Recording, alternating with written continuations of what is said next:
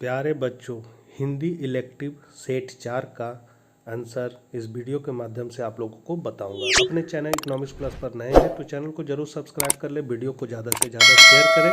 तो चलिए हम लोग समय देरी ना करते हुए जल्दी से स्टार्ट करते हैं। इस कहानी को पढ़ना है और उससे जुड़े सवाल के हल करना है। तो पहला क्वेश्चन का आंसर है, जीवन का सबसे बड़ा कलाकार और सबसे सफल व्यक्ति वही है जो विधि और संगति का चुनाव करना जानता है। ख का आंसर है, माता पिता, देश काल और जीवन मृत्यु का चुनाव हमारे वश में नहीं है। ग का आंसर है, जीवन की सफलता असफलता अच्छी बुरी संगति पर टिकी हुई है। इसी का अथवा में इस गद्यांश को पढ़ना है और इससे जुड़े सवाल के आंसर देना है। पद्यांश में वर्षा ऋतु का वर्णन है। ख का आंसर है, मेघों के आगमन की तुलना सज धज कर शहर से आने वाले अतिथि से की है जो गांव में है। ग का आंसर होगा, मेघों के आगमन पर पीपल ने उसका स्वागत किया। पीपल का वृक्ष बहुत पुराना था, इसी कारण उसे बूढ़ा कहा गया है। खंड ख में है, अभिव्यक्ति और माध्यम और रचनात्मक लेखक, जिसमें आज का भारत और कंप्यूटर साक्षरता का महत्व पर निबंध लिखना है। तो उसमें से किसी एक पर निबंध लिखना है। हम लोग आज का भारत को पहले देखते हैं।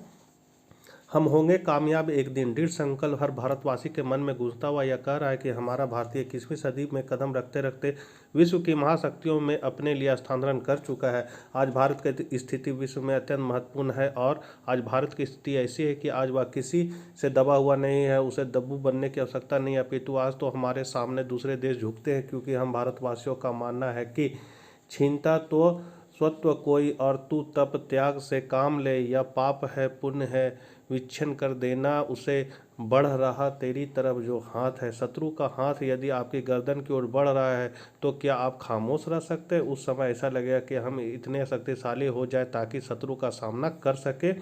अपनी सुरक्षा अनुचित नहीं है।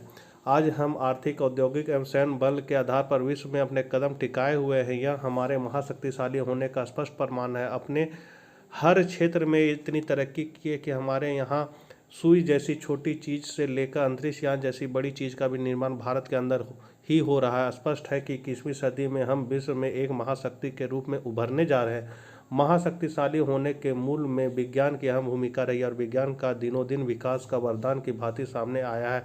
आज विज्ञान की बदौलत हम विश्व में एक समृद्धशाली औद्योगिक राष्ट्र के रूप में दमक रहे हैं। सबसे अच्छी बात यह है कि हमने जो विकास किया उसमें संतुष्टि तो की, परंतु ऐसी संतुष्टि न की है कि विकासशील कार्य ही रोक दिए हो।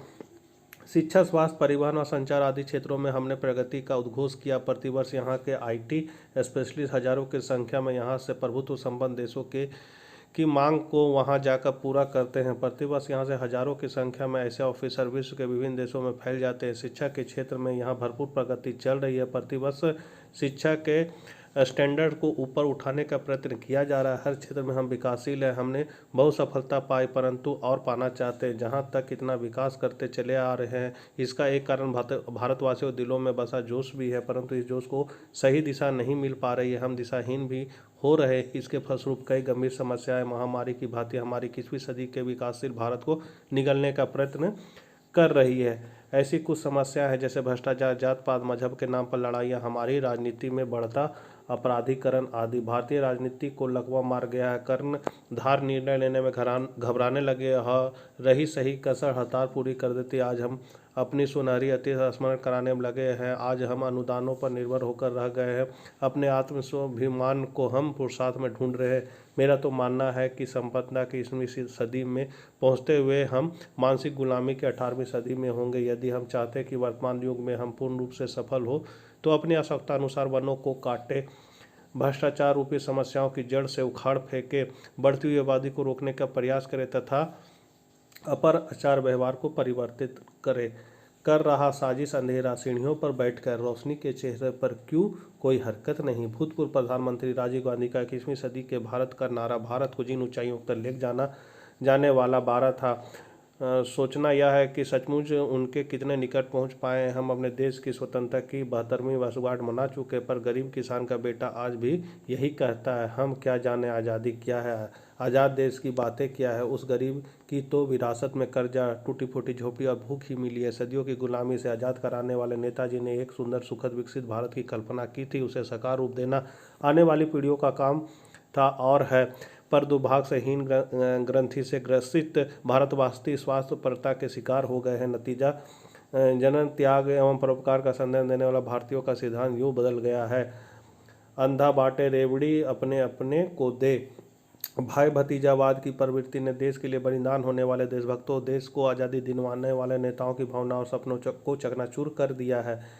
यह सच है कि भौतिक प्रगति के क्षेत्र में भारत निरंतर आगे बढ़ रहा है, पर सोचना है कि क्या जिस अनुपात में जनसंख्या बढ़ी है, क्या उसी अनुपात में आर्यभट्ट, वारामिहिर, भास्कराचार्य, जगदीश चंद्र बोस, भाभा आदि जैसे महान वैज्ञानिक भी बढ़ रहे हैं। साहित्य हो या विज्ञान, कला हो या भाषा, किसी भी क्षेत्रों में हम अपने पैरों पर खड़े होने का सच्चा प्रयास कर रहे हैं। यदि नहीं तो सच तो हमें यह मानना पड़ेगा कि 21वीं सदी का भारत शायद तकनीकी क्षेत्र में तो आगे बढ़ता रहेगा, किंतु इसकी रीढ़ अर्थात इसकी आध्यात्मिक और नैतिक शक्ति इतनी छीन हो जाएगी, उसका पूर्णतः अपने पैरों पर खड़े रहना ही असंभव हो जाएगा। अतः 21वीं सदी के भारत को सच्चे अर्थों में यदि शक्तिशाली राष्ट्र बनाना है, प्रगति के सशक्त सोपान पर आगे बढ़ना है, ऊंचा उठना है, तो भारत की आध्यात्मिक ऊर्जा का सहारा लेकर कलयुगी पथ पर आगे बढ़ना होगा। वहीं भारत की सच्ची तस्वीर होगी, सच्चा रूप होगा। हमें गर्व से कहना चाहिए, आओ मिलकर भारत को एक ऐसा देश बनाए, फिर से भारतवासी जग में ऋषि मुनि गुरु कहलाएंगे।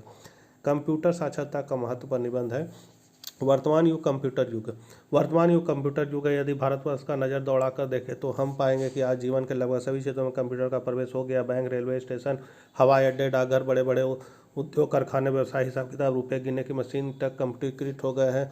अब भी यह कंप्यूटर का प्रारंभिक परिवार आने वाला समय इतने विस्तृत फैलाव का संकेत दे रहा है। कंप्यूटर के पिता आज मनुष्य जीवन जटिल हो गया है। सांसारिक गतिविधियों, परिवहन और संचार उपकरणों आदि का अत्यधिक विस्तार हो गया है। आज व्यक्ति के संपर्क बढ़ रहे हैं और व्यापार बढ़ रहे हैं, गतिविधियां बढ़ रही है, आकांक्षाएं बढ़ रही है, साधन बढ़ रहे हैं। परिणाम स्वरूप सब जगह भागदौड़ और आपाधापी चल रही है। स्वचालित गणना प्रणाली, इस पागल गति को सुव्यवस्थित देने की समस्या आज की प्रमुख समस्या है। कंप्यूटर एक ऐसी स्वचालित मशीन है जो कैसी भी अर्थव्यवस्था को व्यवस्था में बदल सकती है। हड़बड़ी में होने वाली मानवीय भूलों के लिए कंप्यूटर रामबाण औषधि है। क्रिकेट के मैदान में अंपायर की निर्णायक भूमिका हो या लाखों करोड़ों अरबों की लंबी लंबी गणनाएं, कंप्यूटर पलक झपटते ही आपकी समस्या हल कर सकता है। पहले इन कामों को करने के लिए कर्मचारी हड़बड़ाकर काम करते थे, परिणाम स्वरूप काम कम, तनाव अधिक होता था। अब कंप्यूटर की सहायता से काफ़ी सुविधा हो गई है। कार्यालय तथा इंटरनेट में सहायक, कंप्यूटर ने फाइलों की आवश्यकता कम कर दी है। कार्यालय की सारी गतिविधियाँ चिप में बंद हो जाती है, इसलिए फाइलों के स्टोरों की जरूरत अब नहीं रही। अब समाचार पत्र भी इंटरनेट के माध्यम से पढ़ने की व्यवस्था हो गई। विश्व के किसी कोने में छपी पुस्तक, फिल्म, घटना की जानकारी इंटरनेट पर उपलब्ध है।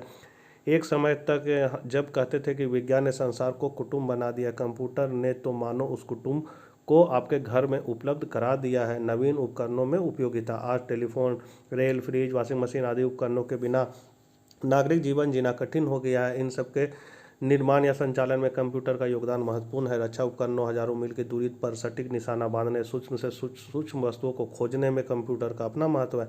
आज कंप्यूटर ने मानव जीवन की सुविधा, सरलता, सुव्यवस्था और सटीकता प्रदान किया था। इसका महत्व बहुत अधिक है। कंप्यूटर के प्रचलन के साथ व्यापक बेरोजगारी की संभावना व्यक्त की गई थी, लेकिन यह आशंका निर्मूल साबित हुई है। कंप्यूटर ने असीमित संभावनाओं द्वारा खोल दिए हैं, किंतु इसके प्रयोग में सतर्क, सचेत और सावधान रहने की आवश्यकता है। यह एक ऐसा साधन है जिसका राष्ट्र की प्रगति में अमूल्य योगदान है, लेकिन एक बार स्मरणीय है कि कंप्यूटर साधन भर है, साधन मानव के ऊपर इसे महत्व देना अनुचित होगा। खा का आंसर है कानून व्यवस्था की बिगड़ती दशा। दैनिक जागरण को एक पत्र लिखना है।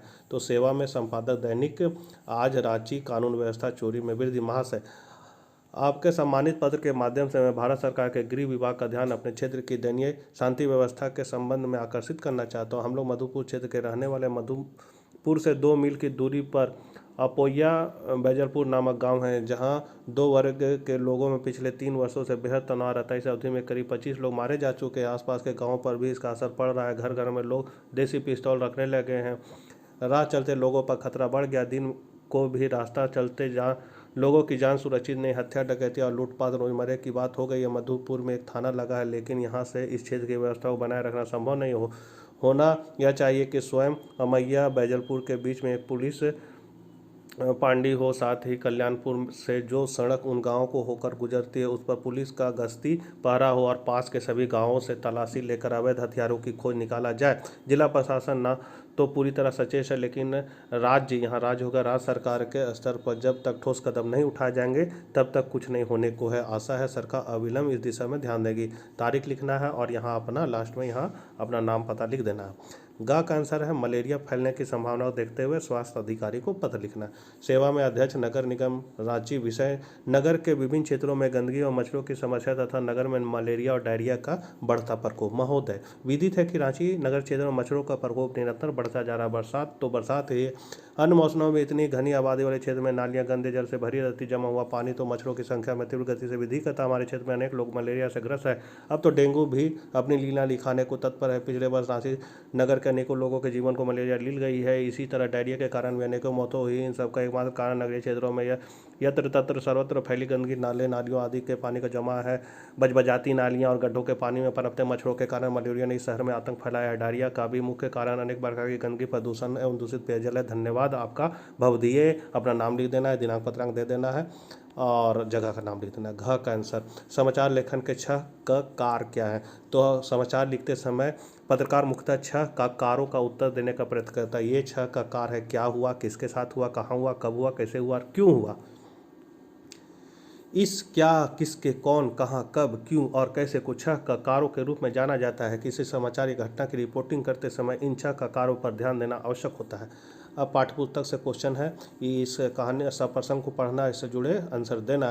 प्रस्तुत काव्य अवतरण तुलसीदास की गीतांजलि से अवतरित है। इस पद में राम के अश्वों के बहाने कौशल्या के दुहद्रय पुत्र वियोग का वर्णन हुआ है। कौशल्या कहती है, हे राम, एक बार तुम वापस लौट आओ। तुम्हारे द्वारा प्यार दुलार से पाले गए घोड़े को देखो, ये घोड़े तुम्हारे वियोग में कैसे जीवित रहेंगे। इसी का अथवा का ख का आंसर है। प्रस्तुत काव्यांश मलिक मोहम्मद जायसी द्वारा रचित 12 मास से लिया गया है। नागमती अपने पति रक्तसेन के वियोग में अत्यंत दुर्बल हो गई। अपने पति के पास संदेश भेजती कि हे, उसके शरीर का रक्त, मांस तथा हड्डियां सभी लगभग नष्ट हो चुके, वह मृत्यु को प्राप्त हो चुकी है। चौथा का आंसर है। यद्यपि सभी अनर्थ की मूल कैकेयी थी, उसी के कारण दशरथ ने प्यांत आगे राम, सीता और लक्ष्मण को वन जाना पड़ा एवं अनेक दुखद घटनाएं घटी। तथापि भरत इन सभी अनर्थों के लिए स्वयं को ही जवाबदेह मानते हुए समझते कि यदि वे नहीं होते तो उसकी माँ उसके लिए न तो राज की मांग करती है, न ही राम को 14 वर्षों के लिए वनवास मिलता। भरत के हृदय की ग्लानि का यह भाव उसके शुद्ध सात्विक संत हृदय का परिचायक है, जिसमें राम के लिए अन्य श्रद्धा एवं भक्ति का भाव भरा हुआ है। ख का आंसर होगा। यहाँ प्रीतम अपने प्रेसी का स्मरण करके कह रहा है कि जब हम लोग आसपास थे तब मैं तुम्हें देख देख कर जीवित था, अब तुम पास पानी कल्पना में सोच रहा हूँ। इस दशा में मेरे नेत्र मानो जले जा रहे हैं। इसी का ग का आंसर होगा। माघ महीने में पाला पड़ने के कारण विहरिणी नायिका पिया वियोग में जड़वत हो गई है। पति के बिना भयानक ठंड रजाई ओढ़ने से भी दूर नहीं होती। विहरिणी कहती है कि मेरा जिया पिया बिना कांपता रहता। वह कहती है कि विरह के कारण मेरी आंखों से आंसू बहते हैं, तो ऐसा लगता है जैसे बादल जल बरस रहे हो। उनका पानी शरीर के अन्य अंगों पर वान के चीरने के समान कष्टाई लगता है। इस पद में विहरिणी की वेदना कर मार्मिक चित्रण प्रस्तुत किया गया है। पांचवा का आंसर है। आंखें बंद रहने का परिणाम यह निकला कि प्रजा ने पहले की में अधिक और अच्छा काम किया है। इसमें राजा की सुख समृद्धि में पहले की अपेक्षा अधिक वृद्धि है। प्रजा ने आंखें खोलकर जब एक दूसरे की ओर पहचान भी नहीं सके, उन्हें केवल राजा ही दिखाई देता, अर्थात आंखें रखे रखे प्रजा अपनी पहचान भूल चुकी थी तथा उनकी एकजुटता समाप्त हो गई थी। ख का आंसर होगा। सिंगरौली घने जंगलों और दुर्गम पर्वतमालाओं से घिरा क्षेत्र है। इस क्षेत्र में प्रवेश करना जितना कठिन था उतना ही कठिन वहां से बाहर निकल पाना भी था। यही कारण है कि यहाँ के निवासी कभी बाहर नहीं गए और यदि किसी परिस्थितिवश यहाँ आना पड़ गया है तो लगभग इस जगह के बंदी होकर रह गए। यही कारण है कि सुरम्य प्राकृतिक दृश्यावली के बावजूद इस जमाने में सिंगरौली को काला पानी कहा जाता है, क्योंकि उस जमाने में वहाँ आवागमन के लिए यातायात का कोई भी साधन उपलब्ध नहीं था। किंतु वर्तमान समय में स्थितियाँ बहुत अधिक बदल चुकी है। इसी का ग का आंसर है। मनसा देवी जाने के लिए जब संभव केबिल कार में बैठा तो उसके मन में निम्नलिखित कल्पनाएं उठ रही थी। पहला, उसे गुलाबी के सिवा कोई रंग सुहा नहीं रहा था, वह गुलाबी कार में बैठ गया। दूसरा, उसने नवविवाहित दंपति को चढ़ावे की बड़ी थैली लिए बैठे हुए देखा तो उसका मन भी अनान्यास से उस नव यौवन की तरफ गया जिसे उसने कल देखा था और अपने भविष्य को लेकर सोचने लगा था। इसी का तीसरा पॉइंट है। संभव की कल्पना में केवल वही नवयुक्ति थी, उसका सौंदर्य था जो उसने कल देखा था। छठा का ग का आंसर है। प्रभास जोशी का रचना है। कादर कारे और लुटियन के टीले का भूगोल। और मलिक मोहम्मद जायसी का है पद्मावत और अखरावट। सातवां का आंसर होगा, आज के इंजीनियर पश्चिमी शिक्षा पद्धति से शिक्षित किए गए हैं। उन्हें छुट्टी देकर यह बात समझाई गई कि पूरी दुनिया में ज्ञान का प्रकाश पश्चिमी पुनर्जागरण के कारण फैला। इससे पूर्व भारत में ज्ञान का लवलेश नहीं था। इसी मानसिकता के कारण वे यह समझते हैं कि वे पानी का बेहतर प्रबंध जानते हैं। इससे पूर्व के भारतीयों को इसका ज्ञान ही नहीं था। इसी का अथवा का आंसर है। लेखक ने इस कथन का अभिप्राय यह है कि बच्चे का माँ का दूध पीना और माँ द्वारा दूध पिला दोनों ही क्रियाएं शिशु और जननी के अनादि और जीवन पर्यंत संबंधों का परिचय। ये क्रियाएं दोनों को ममता के अति सूक्ष्म और अदृश्य डोर से बांधे रखती है। माँ जब आंचल में छिपा और बच्चे को दूध पिलाती है तब वह माँ के पेट को स्पर्श और गंध का भोग करता रहता है। ऐसा प्रतीत होता है मानो वह माँ के पेट से अपनी जगह ढूंढता रहता है। बच्चा सुबकता है, रोता है, माँ को मारता है, कभी कभी माँ भी उसे मारती है, फिर भी बच्चा माँ के पेट से चिपका रहता है और माँ अपने नन्हे शिशु को चिपकाए रहती है। बच्चा दांत निकलते वक्त माँ के स्तनों को काट भी लेता है। माँ झुल्लाती है किंतु दूध पिलाना बंद नहीं करती है। बच्चा माँ के अंग से लिपट कर केवल माँ का दूध ही नहीं पीता अपितु यह जड़ से चेतना होने अर्थात अपने मानव जन्म लेने की सार्थकता को पा लेता है। दूध पिलाकर माँ भी असीम आनंद और पुलक से भर जाती है। उसका मातृत्व भी सार्थक हो जाता है। अतः लेखक के इस कथन में तनिक सी भी अतिशयोक्ति नहीं है कि बच्चे का माँ का दूध पीना सिर्फ दूध पीना नहीं है, अपितु वह माँ से बच्चे के सारे संबंधों का जीवन चरित्र होता है। आठवां का आंसर होगा, बिस्कोहर के माटी शीर्षक पाठ में लेखक ने कोयया, नीम के फूल, बेर का फूल तथा फलों में आम, सिंघाड़े की चर्चा की है। इसी का अथवा का आंसर है का तालाबों तथा बाड़ियों का निर्माण। मालवा के विक्रमादित्य, भोज और मुंज आदि राजा इस बात से परिचित थे कि इस पठारी क्षेत्र में पानी को रोक कर रखना अति आवश्यक, इसलिए उन्होंने तालाबों और बावड़ियों का निर्माण किया। ख, भूमिगत जल का संरक्षण। इन राजाओं ने तालाबों तथा बावड़ियों का निर्माण करके बरसात के पानी को एकत्र किया ताकि उस पानी का उचित प्रयोग किया जा सके और भूमिगत जल को जीवंत रखा जा सके। इससे भूमिगत पानी का बचाव हुआ और बरसात के व्यर्थ बह जाने वाले पानी का प्रयोग भी ठीक ढंग से हो सका। तो बच्चों, ये समाप्त हो गया है। वीडियो को शेयर कीजिएगा। मिलते हैं नेक्स्ट वीडियो में, तब तक के लिए बाय बाय।